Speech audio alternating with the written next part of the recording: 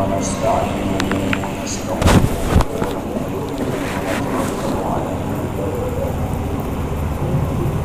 ونعوذ بالله من شرور أنفسنا ومن سيئات أعمالنا من يهده الله فلا مضل له ومن يضلل فلا هادي له ونشهد أن لا إله إلا الله وحده لا شريك له ونشهد أن سيدنا وسندنا وحبيبنا وشفيعنا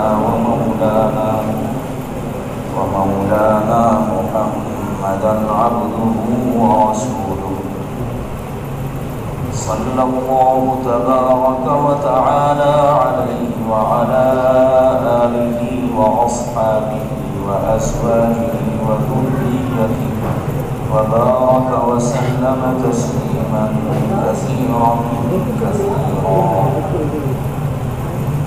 أما بعد فقد قال النبي صلى الله عليه وسلم يوشك الأمم أن تداعى عليكم كما تداعى الآكلة إلى قصعتها قيل ومن قلة نحن يومئذ يا رسول الله قال بل أنتم يومئذ كثير ولكنكم غثاء كغثاء السيل ولينزعن الله من صدور عدوكم المهابة منكم وليقذفن الله في قلوبكم الوهن قالوا وما الوهن يا رسول الله قال حب الدنيا وكراهية الموت أو كما قال رسول الله صلى الله عليه وسلم.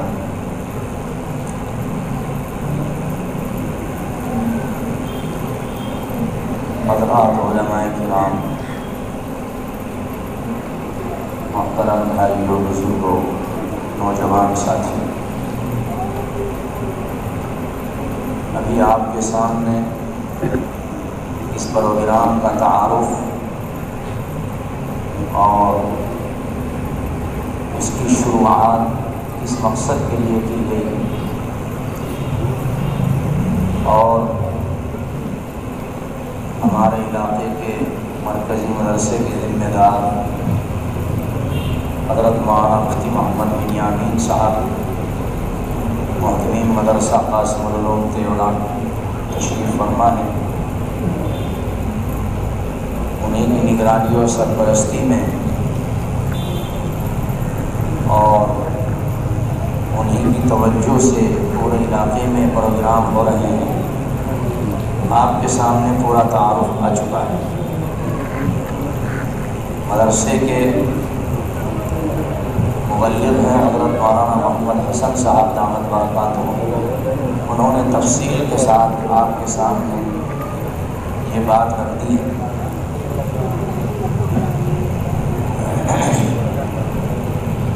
میں نے ایک حدیث شریف آپ کے سامنے پڑھی ہے،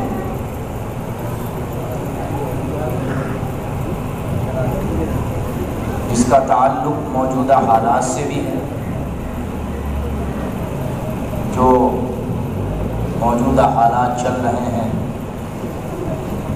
اور موجودہ برائیاں، خرابیاں جو ہمارے اندر در آئی ہیں، گھس آئی ہیں، ہر شعبے میں، زندگی کے ہر شعبے میں، اسلام کے ہر شعبے میں، تو اس سے بھی اس حدیث شریف کا گہرا تعلق ہے۔ میں نے آپ حضرات کے سامنے یہ حدیث شریف تلاوت کی۔ حضور اقدس صلی اللہ علیہ وسلم نے ارشاد فرمایا یوشک الامم ان تداعى علیکم کما تداعى الآکلۃ الی قصعتها، قریب ہے کہ دنیا کی قومیں، دنیا کی جماعتیں تم کو نیست و نابود کرنے، تم کو جڑ سے مٹانے، تم کو ختم کرنے کے لیے ایک دوسرے کو اس طرح سے بلائیں گے جس طرح سے دسترخوان بچھا دیا جائے، اس کے اوپر بڑا پیالہ یا تشتی یا پرات وغیرہ کچھ رکھ دی جائے، اس میں کھانا ہو، اور ایک دوسرے کو بلائیں، آؤ بھائی کھانا کھاؤ، آؤ تم بھی کھاؤ، آؤ تم بھی کھاؤ۔ اس طرح سے ایک دوسرے کو اس کھانے پر بلایا جائے، اس طرح سے تم کو ختم کرنے اور نیست و نابود کرنے کے لیے دنیا کی قومیں یکجا ہو جائیں گی اور ایک دوسرے کو بلائیں گی۔ صحابہ کرام رضوان اللہ علیہم اجمعین نے عرض کیا، یا رسول اللہ وَمِن قِلَّةٍ نَحْنُ يَوْمَئِذٍ، کیا اس دن ہماری تعداد کم ہوگی،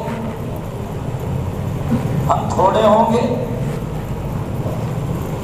پیغمبر علیہ الصلاۃ والسلام نے ارشاد فرمایا، نہیں، بل انتم یومئذ کثیر، نہیں، اس زمانے میں تمہاری تعداد بہت ہوگی،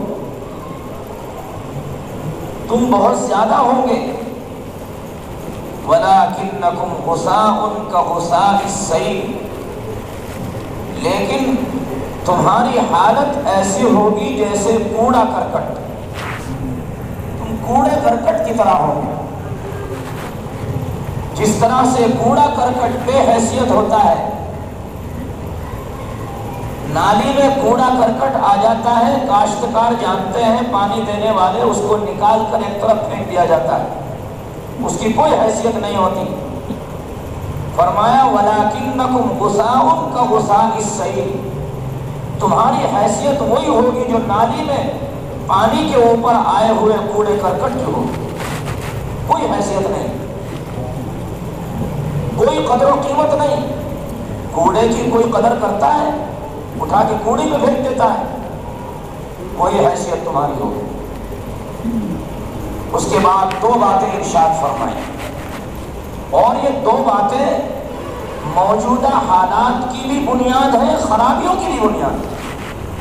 اسی لیے میں نے یہ حدیث شریف آپ کے سامنے منتخب کی ہے، اس کو پڑھا ہے۔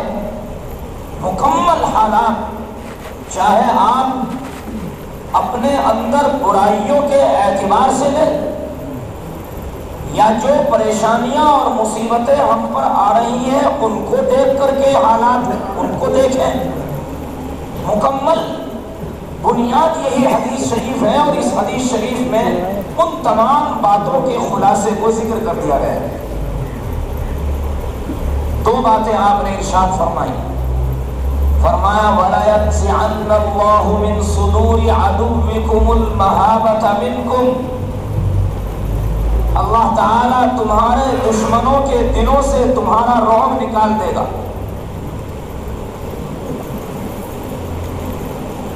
دوسری چیز ارشاد فرمائی جو اس سے بھی اہم ہے، وَلَا يَخْطِفَنَّ اللَّهُ فِي قُلُوبِكُمُ الْوَهْنَ، اور اللہ تعالیٰ تمہارے دلوں میں وہن ڈال دے گا۔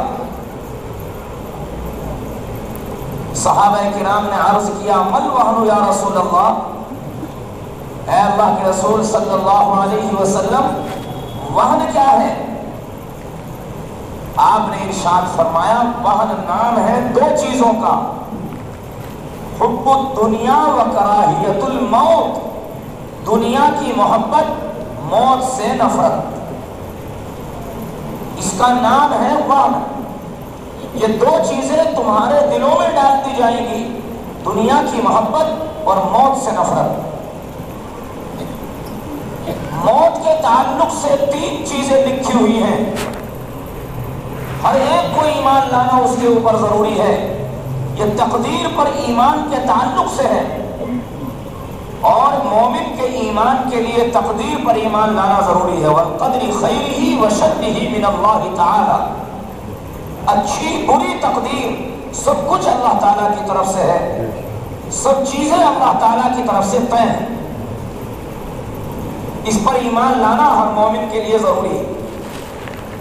ایمان مفصل میں یہ ٹکڑا آتا ہے وَالْقَدْرِ خَيْرِهِ وَشَرِّهِ مِنَ اللَّهِ تَعَالَى۔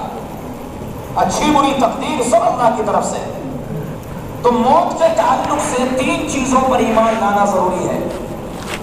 موت کا سبب کہ موت کس سبب سے آئے گی، موت کا وقت، موت کب آئے گی، موت کی جگہ، موت کہاں آئے گی.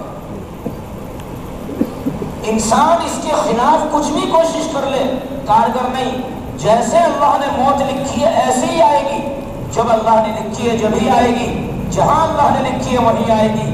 تو موت کی بھیک مانگنے سے کیا فائدہ؟ آج جوڑ کر موت کی بھیک مانگنے سے فائدہ نہیں ہے. جب انسان موت کی ان 3 چیزوں پر ایمان رکھتا ہے تو انسان بزدل نہیں ہوتا، بہادر ہوتا. موت کی ان 3 چیزوں پر ایمان لانا یہ بہادری کی نشانی ہے. جب انسان کو پتا ہے کہ موت ایک مرتبہ آئے گی، بار بار نہیں آئے گی. جب مومن کو پتا ہے کہ مومن کے موت کا سبب مقرر ہے، اسی سبب سے موت آئے گی جیسے اللہ نے لکھ دیا ہے. جب مومن کو پتا ہے کہ موت کی جگہ مقرر ہے، اسی جگہ آئے گی. 1 انچ آگے نہیں ہو سکتا آدمی، 1 انچ پیچھے نہیں ہو سکتا. اور موت کا وقت مقرر ہے، 1 گھڑی آگے نہیں بڑھ سکتا، 1 گھڑی پیچھے نہیں ہٹ سکتا. تو پھر انسان بہادر ہوتا ہے. انسان یہ سمجھتا ہے کہ موت کا ایک وقت مقرر ہے، اس کے خلاف نہیں ہو سکتا. موت کا ایک سبب مقرر ہے، اس کے خلاف نہیں ہو سکتا. تو ڈرنے سے کیا فائدہ؟ بہادر ہوتا ہے انسان. بہادری اور موت کے اوپر یقین دونوں ایک ساتھ ہیں، جڑی ہوئی ہیں دونوں باتیں. بہادری اس شخص کے اندر نہیں ہوتی، بزدلی اس کے اندر ہوتی ہے کہ جو موت کے اوپر یقین نہیں رکھتا. نبی کریم علیہ السلام نے بزدلی سے پناہ مانگی. اللہم انی اعوذ بک من الجبن، اے اللہ میں بزدلی سے آپ کی پناہ چاہتا ہوں. بہرحال میں عرض کر رہا ہوں کہ نبی کریم علیہ السلام نے ارشاد فرمایا، حب الدنیا و کراہیت الموت. 2 چیزیں تمہارے دلوں میں ڈال دی جائیں گی، ایک دنیا کی محبت، ایک موت سے نفرت. آج ہم اپنی آنکھوں سے یہ چیز دیکھ رہے ہیں کہ ہمارے اندر دنیا کی محبت کوٹ کوٹ کے بھر دی گئی، موت سے نفرت کوٹ کوٹ کے بھر دی گئی. اور اس کا سبب کیا ہے؟ اس کا سبب ہے کہ ہم گناہوں میں بڑھتے چلے جا رہے ہیں، گناہوں میں بڑھتے چلے جا رہے ہیں. ایک قدم کوئی پیچھے ہٹانے کو تیار نہیں. دنیا کے دین کے ہر شعبے میں گناہوں کی کثرت ہے.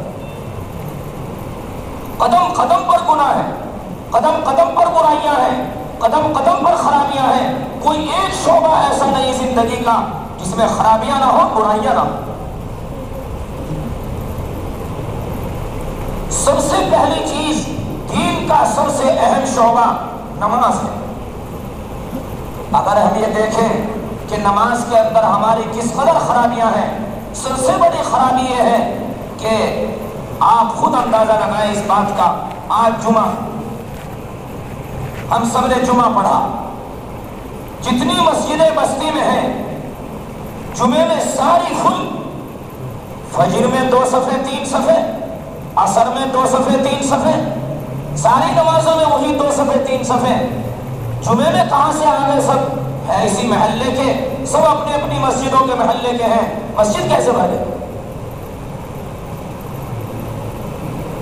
کیسے بھر گئی مسجد؟ کہاں سے آئے وہ سب لوگ؟ ظاہر ہے کہ اسی محلے کے ہیں. نماز نہیں پڑھتے، جمعے میں سب آتے ہیں 2 رکعت پڑھنے کے لیے 8 دن میں 1 مرتبہ.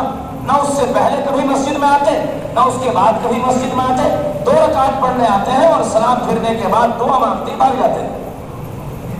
نہ پہلی سنت ہے نہ بعد کی سنت ہے، نہ پورے ہفتے فرض ہے نہ بعد میں فرض ہے، بس ایک جمعے کی 2 رکعت پڑھنے کے لیے آتے ہیں.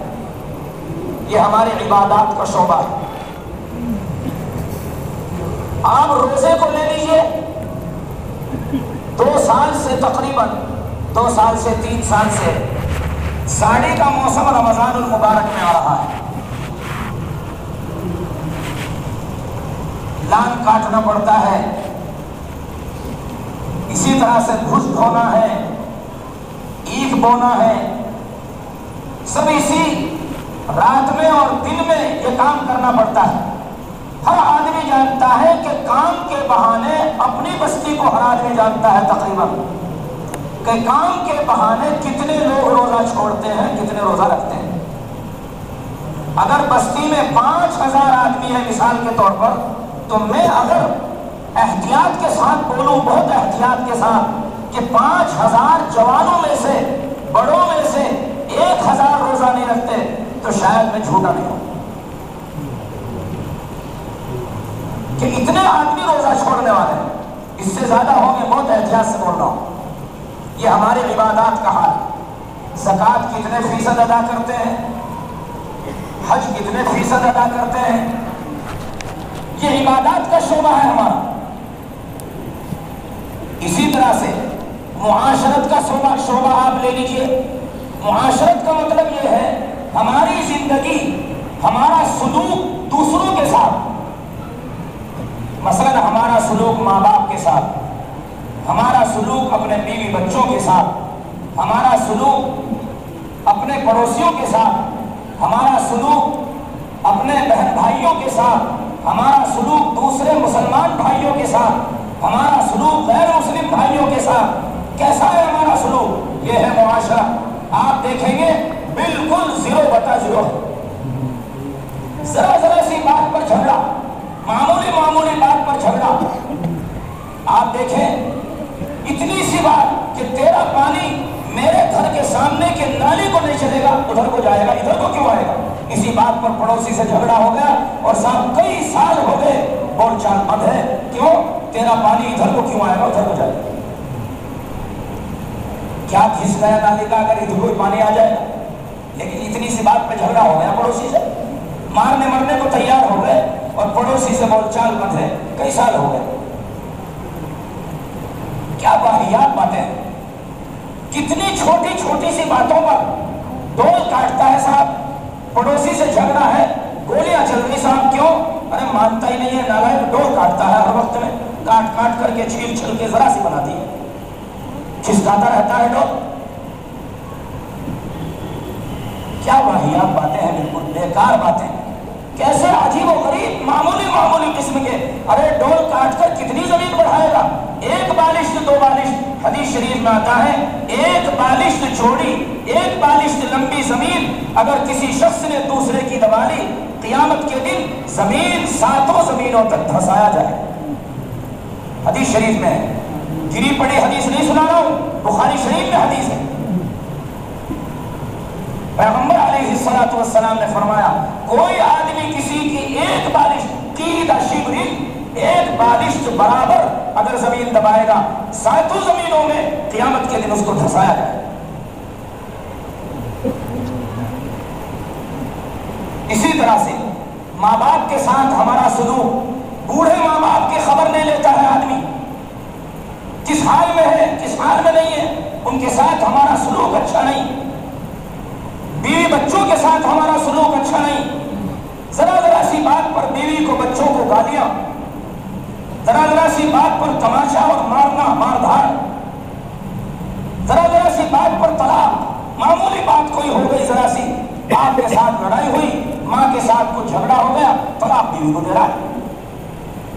ذرا سی بات کوئی ہو گئی بیوی کے ساتھ، معمولی سی بات، بالکل معمولی سی بات پر بالکل 3 طلاق ایک دم دے دیتا ہے، 3 گولیاں مارتا ہے، اس سے پہلے بات نہیں بنتی جب تک 3 گولی نہ مارے۔ یہ پورا معاشرہ خراب ہو چکا بالکل۔ اسی طرح سے غیر مسلم بھائیوں کے ساتھ ہمارا سلوک، جو ہمارے پڑوسی ہیں ان کے ساتھ بھی حسن سلوک کا پیغمبر علیہ السلام نے حکم دیا۔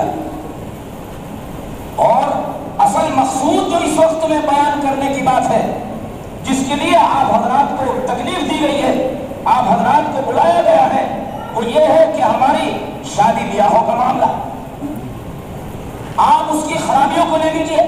کوئی شعبہ، میں عرض کر رہا ہوں، زندگی کا کوئی شعبہ برائیوں سے خالی نہیں، برائیاں زیادہ ہیں، اچھائیاں اگر آپ گنیں گے تو گن سکتے ہیں انگلیوں کے اوپر، پوروں کے اوپر، یہ اچھائی فلاں اچھائی، بس اور تو کوئی نظر آ نہیں، ساری برائیاں ہی برائیاں۔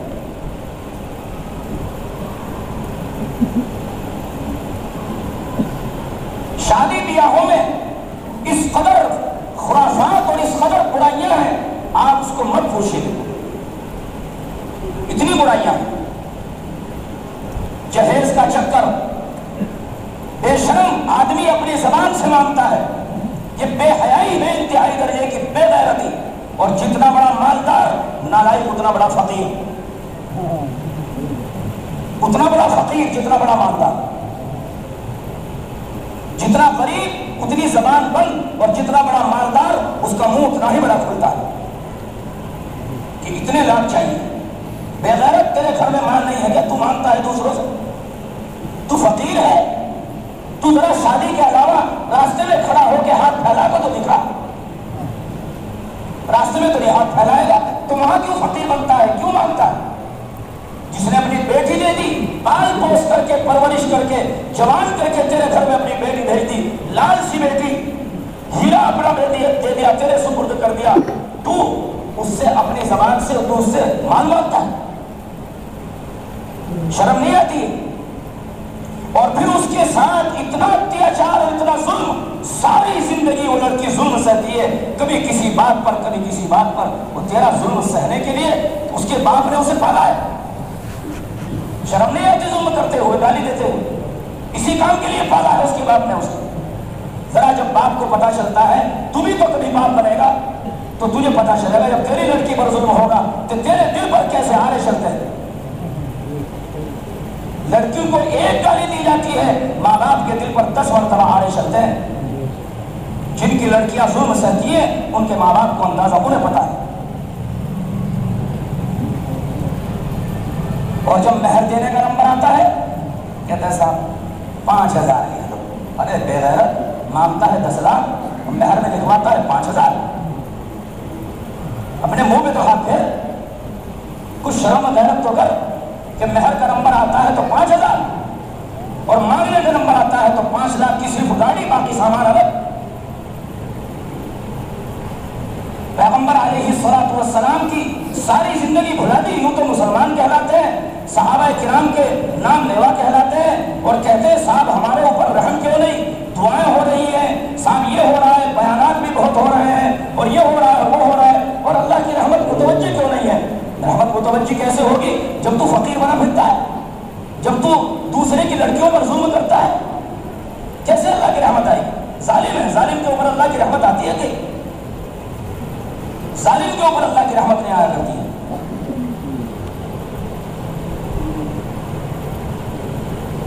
نبی کریم علیہ الصلوۃ والسلام کی زندگی کو آپ دیکھیں، آپ کی بیٹیوں کو دیکھیں، پیغمبر علیہ الصلوۃ والسلام اور صحابہ کرام نے کوئی جہیز لیا ہے، دیا ہے؟ کسی صحابی نے کچھ مانگا ہے کبھی کسی سے؟ لوگ کہتے ہیں صاحب حضرت نبی کریم علیہ الصلوۃ والسلام نے حضرت فاطمہ کو فلاں فلاں جہیز دیا۔ جہیز کے معنی ہی نہیں جانتے لوگ کہ اس زمانے میں جہیز کا کیا مطلب ہے۔ یہ عربی کا لفظ ہوتا ہے جس کا مطلب یہ ہے پیغمبر علیہ الصلوۃ والسلام نے حضرت علی رضی اللہ تعالیٰ عنہ کی رقم سے نبی کریم علیہ الصلوۃ والسلام نے ان کے گھر کا ساز و سامان تیار کر کے دیا، جو ضرورت کا سامان تھا نبی کریم علیہ الصلوۃ والسلام نے اپنے پاس سے نہیں دیا، حضرت علی کے پیسوں سے، حضرت علی نبی کریم علیہ الصلوۃ والسلام کی پرورش میں تھے، حضرت علی کے پیسوں سے سامان تیار کر کے گھر کی ضروریات کا، شادی سے پہلے حضرت فاطمہ کے نکاح سے پہلے گھر کا ضروری سامان تیار کر کے دیا۔ یہ مطلب ہے جہیز کا۔ یہ مطلب نہیں ہے کہ 10 لاکھ روپے اپنی پھوٹی زبان سے مانگے جائیں، قطعاً جہیز کا مطلب نہیں، جھوٹ بولتا ہے جو آدمی کہتا ہے۔ اسی طرح سے اور کھڑے کھڑے کھانا، جانور بن گئے ہیں بالکل، آدمی فیشن میں کھڑے کھڑے کھانا کھلاتا ہے، مالدار جتنا بڑا کاروباری مالدار، اسی طرح سے جدید تعلیم یافتہ، تو وہ کھڑے کھڑے کھانا کھلاتا ہے، صاحب کھڑے کھڑے کھانا۔ شادی ہال بک ہوتے ہیں، وہاں پر عورتیں اور مرد سب ایک ساتھ کھانا کھا رہے ہیں، ویڈیو بن رہی ہے، بے غیرتی ہو رہی ہے، بے شرمی کی حد ہو رہی ہے، اور کھڑے کھڑے کھانا ہے، اور کسی کے کان پر چونی رہتی کہ پیغمبر علیہ الصلوۃ والسلام کے طریقے اور سنتوں کو پیروں کے نیچے برباد اور پامال کر رہے ہیں۔ کوئی نہیں کہنے والا، سب جا کے کھا رہے ہیں، ایک کی زبان سے پھوٹی نہیں نکل کرتا کہ بھائی کیا کر رکھا ہے آپ نے. ایک کہنے والا نہیں ہے، سب جاتے ہیں اور کھانا کھا کر دھڑلے سے گل چھرے اڑا کر آ جاتے ہیں. سب لوگ رشتے دار، تعلق والے، پاس پڑوس والے سب جاتے ہیں. کیسے اللہ کی رحمت آئی؟ اللہ کی رحمت کوئی بکھری پھر رہی ہے کہ صاحب جھاڑو سے کوئی چھو اکٹھا کر لیا جائے؟ یہ اللہ کی رحمت کے طور طریق نہیں آ رہی. میرے بھائی اور بزرگوں، اس طور طریق کو ہمیں بدلنا پڑے گا. اس کو بدلنا پڑے گا. جہیز کی مانگ کو ختم کرنا پڑے گا. کھڑے کھڑے کھانا، ویڈیو گرافی، فوٹو بازی، کھانا کھا رہے ہیں فوٹو کھینچا جا رہا ہے. کیا ہوگا صاحب؟ اس سے کیا ملے گا؟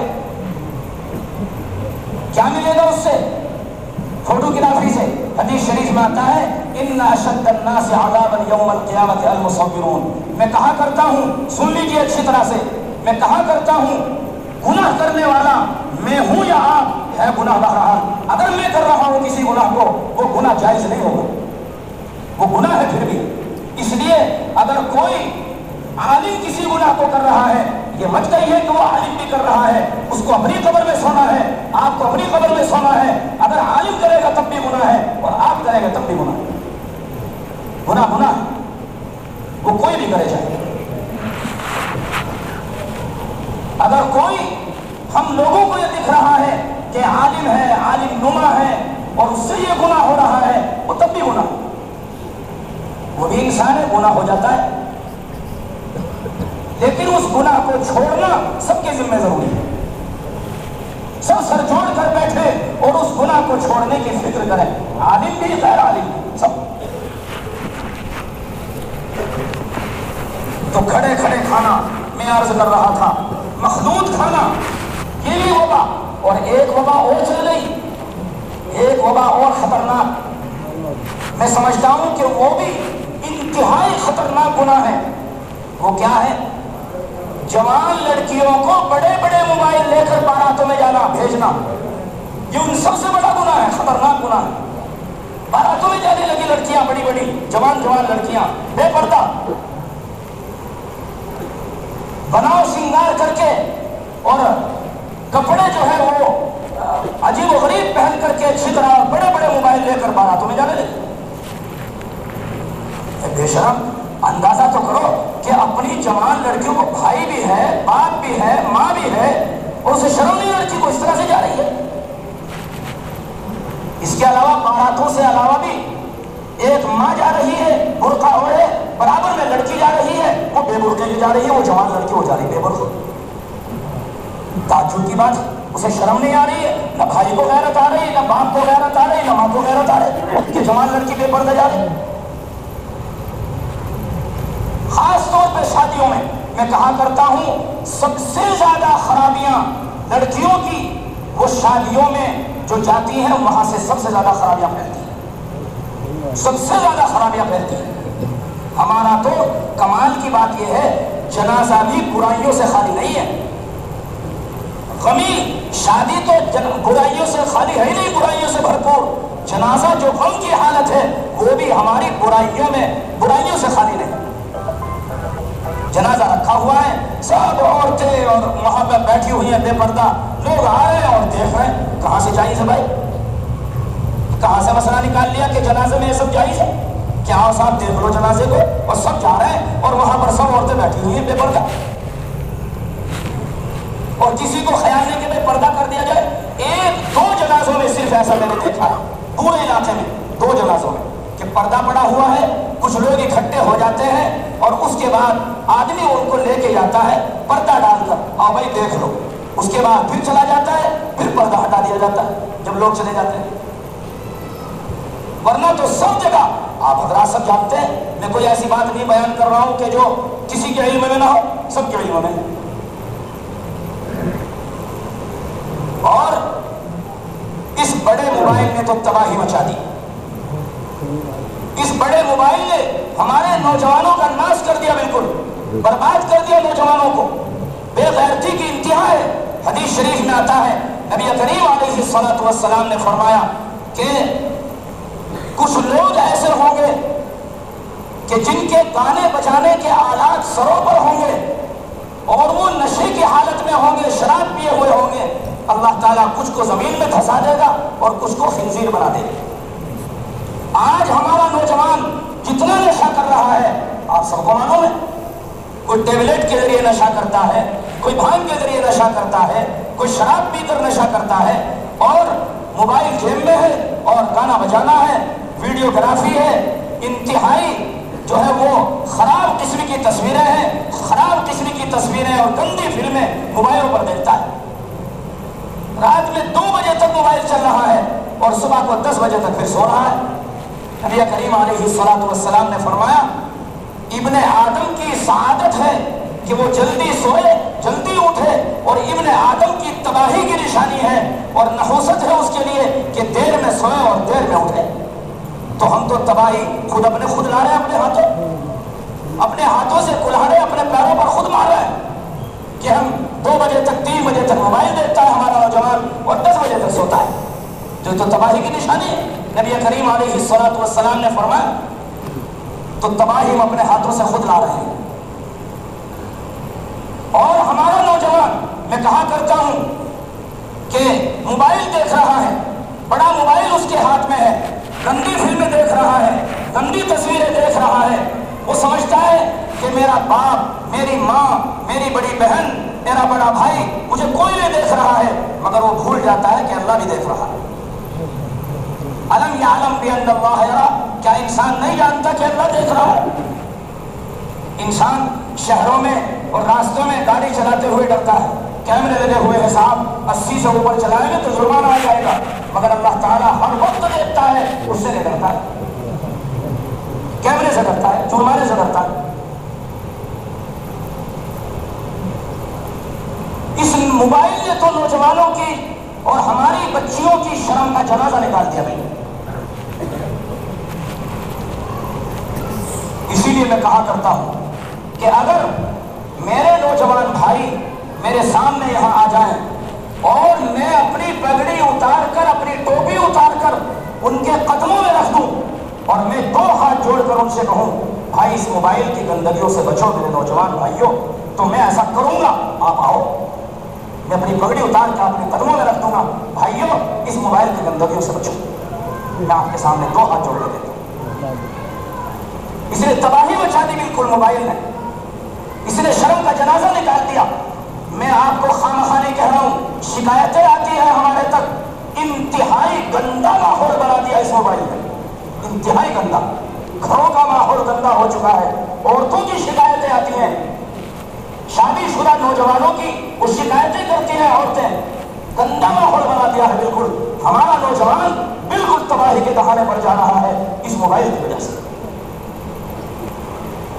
قرآن کے پاس نہیں، دینی چیزوں کے پاس نہیں، نماز کے قریب نہیں، دوسری دینی چیزوں کے قریب نہیں، بس موبائل دیکھتا ہے ہر وقت۔ راستے میں کھڑا ہے تو موبائل، مہمان اگر آ کے بیٹھ گیا، مہمان اپنے موبائل میں مشغول ہے، نوجوان اپنے موبائل میں مشغول ہے، میزبان بات نہیں کر رہا ہے ایک دوسرے سے، ہو گیا گھنٹہ ایک دوسرے سے بات نہیں کر رہے، دونوں موبائل میں مشغول۔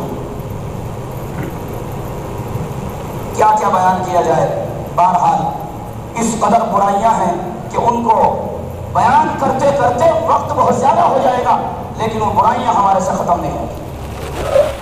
بیان کرتے کرتے اتنا، یعنی اتنی برائیاں آ چکی ہیں۔ زندگی کا کوئی شعبہ، میں نے شروع میں عرض کیا، زندگی کا کوئی شعبہ ایسا نہیں جو برائیوں سے خالی ہو۔ شادی بیاہ خالی نہیں، معاشرت خالی نہیں، اخلاق ہمارے خالی نہیں، معاملات ہمارے خالی نہیں، معاملات میں خرابیاں، خرید و فروخت اس کو معاملات کہتے ہیں، وعدہ خلافی، جھوٹ بولنا، جھوٹی قسمیں کھا کھا کے سامان بیچنا، قرض کے زندگی کا کوئی شعبہ خالی نہیں۔ میں کہاں تک آپ حضرات کے سامنے بیان کروں، بس اسی بات پر میں اپنی بات کو یہیں پر ختم کرتا ہوں، اور حضرت محدث صاحب یہاں پر تشریف فرما ہے، وہ آپ کے سامنے کچھ دیر بیان فرمائیں گے اور اس کے بعد دعا فرمائیں گے، اور بس اخیر میں پھر آپ حضرات سے دست بستہ عرض کرتا ہوں، خدا کے واسطے ان برائیوں کو چھوڑیے۔ میں عرض کیا کرتا ہوں کہ ان سب سے بڑی خرابی ایک اور آ گئی ہمارے اندر، وہ خرابی یہ ہے کہ ہمارے بڑے، ہمارے بوڑھے، ہمارے ذمہ دار قسم کے لوگ، بستی کے اور مسجد وار جماعت کے بڑے ذمہ دار لوگ سر جوڑ کر بیٹھنا، غور و فکر کرنا بند کر دیا کہ ہماری بستی سے، ہمارے محلے سے یہ گناہ کیسے دور ہو۔ ارے بھائی بیٹھ کر غور و فکر کرنا ضروری ہے کہ ہمارا نوجوان تباہی پر کس راستے پہ چل رہا ہے، اس کو کیسے تباہی سے بچایا جائے، کس طرح سے ان گناہوں کو اپنے محلے سے، اپنی بستی سے ختم کیا جائے۔ بیٹھ کر کوئی لاہ عمل بنایا جائے، کوئی منصوبہ بنایا جائے۔ مبارک ہو حضرت محدث صاحب کو، انہوں نے منصوبہ بنایا، انہوں نے یہ لاہ عمل بنانے کے لیے جگہ جگہ انہوں نے پروگرام، بستی بستی، پہلے چند آدمیوں کو، جیسا کہ مولانا نے بتایا، 5-6 گاؤں کے لوگوں کو بلایا، ذمہ دار قسم کے لوگوں کو۔ اس کے بعد پورے علاقے کے ذمہ داروں کو بلایا، ادھر پرقاضی تک، ظہیر پور تک، اور ادھر جان سک سے ادھر تک، سارے گاؤں کے لوگوں کو 500 آدمی تقریباً مدرسے میں آئے، 500 آدمی۔ اور اس کے بعد ان کے سامنے بات رکھی، ان کے سامنے بات کی گئی، اور یہ منصوبہ بنایا کہ تحصیل وار یہ پروگرام کیے جائیں گے، ہر بستی میں پروگرام کیے جائیں گے، اور لوگوں کو، اپنے نوجوانوں کو اور اپنے سارے بستی کے لوگوں کو ان کے سامنے ادب کے ساتھ، محبت کے ساتھ، احترام کے ساتھ خوشامد کر کر کے ان سے کہیں گے بھائی ان برائیوں کو چھوڑو۔ اس لیے میں آپ حضرات سے عرض کرتا ہوں، بتائیے آج سے کتنے نوجوان یہاں پر جو بیٹھے ہیں، کون یہ وعدہ کرتا ہے کہ ہم موبائل کی گندگیوں سے بچیں گے؟ ہاتھ اٹھا کے بتاؤ کون کہے؟ جزاکم اللہ خیرا۔ کون نوجوان آپ میں سے ایسا ہے جس کی شادی ابھی نہیں ہوئی اور وہ کھڑا ہو کے کہے کہ میں انشاءاللہ اپنی شادی میں اپنے گھر والوں کو یہ کہوں گا کہ آپ جہیز نہ لیں؟ شادی سنت کے مطابق اگر کچھ تھوڑا بہت دے دے گھر والے، چھپا کر، بالکل کسی کو پتہ نہیں۔ کون نوجوان ایسا ہے کہ ہم انشاءاللہ مطالبہ بالکل نہیں کریں گے؟ الحمدللہ، اللہ کا لاکھ لاکھ شکر، الحمدللہ ابھی بیداری ہے، ایسی بات نہیں ہے، کمی میں کہا کرتا ہوں، کمی ہماری ہے، ہم نے جا کر سمجھایا نہیں۔ الحمدللہ دیکھو نوجوان کھڑے ہو گئے ہماری آواز پر۔ اللہ تعالیٰ آپ لوگوں کو جزائے خیر عطا فرمائے، آپ لوگ تیار ہو اس کام کے لیے۔ پیغمبر علیہ السلام کے نام لیوا ہیں ہم، نوجوانوں کی نوجوانی بیکار ہے اگر پیغمبر علیہ السلام کے حکم پر ہماری نوجوانی نہیں چلتی ہے، ہم اپنی نوجوانی کو خرچ نہیں کرتے ہیں، تو ایسی نوجوانی کس کام کی؟ اس لیے آپ حضرات اس کام کے لیے تیار ہوں۔ ویڈیو گرافی، کھڑے کھڑے کھانا نہیں ہونا چاہیے، یہ سب چیزوں سے بچیے، تمام اس طرح کی برائیوں سے بچیے۔ اللہ تبارک و تعالی ہم سب کو ان باتوں پر عمل کرنے کی توفیق